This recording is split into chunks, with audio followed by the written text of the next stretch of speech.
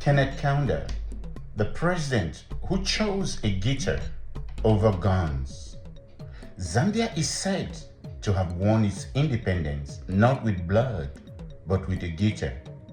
Meet the African giant who fought empires with music, wept openly on world television, and voluntarily walked away from absolute power.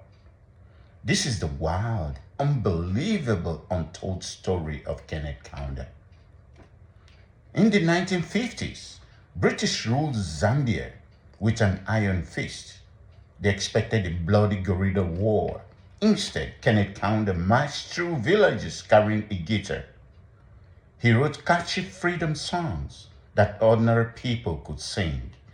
He organized the Cha-Cha-Cha campaign, a vibrant, peaceful civil disobedience after Mahatma Gandhi and Martin Luther King Jr.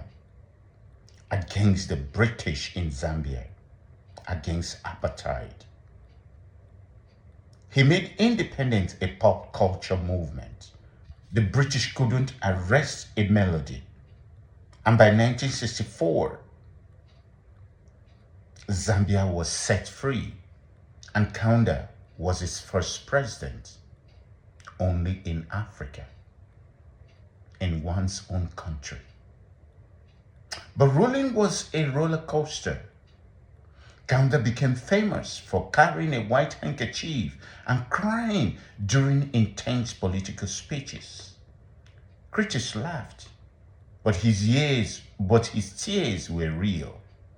He risked his country's economy to harbor freedom fighters fighting apartheid in South Africa. Yes, the same South Africa killing Zambians and other Africans in South Africa. Kenneth Kaunda survived multiple assassination attempts, coup plots, and economic crashes, yet he refused to back down.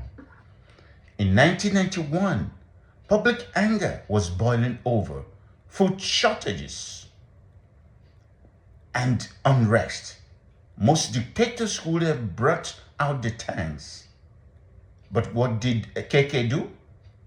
He called for free elections, in which he lost in a landslide, and simply said, that is the will of the people. I say it again, that is the will of the people.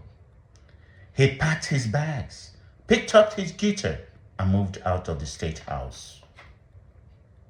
In a continent ruled by lifelong dictators, it was a mind-blowing plot twist. But look at Zambia today, renowned for Victoria Falls, which it shares with Zimbabwe, and the famous walking safari, and its immense copper wealth.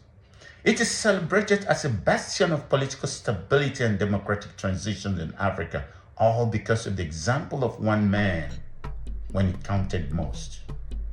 Kenneth Kaunda lived to be 97 years old, leaving a legacy of peace over power. Hit that follow button for more insane history stories from Africa.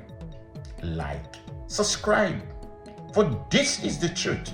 You know better. Tell others. Emeka Roy is my name.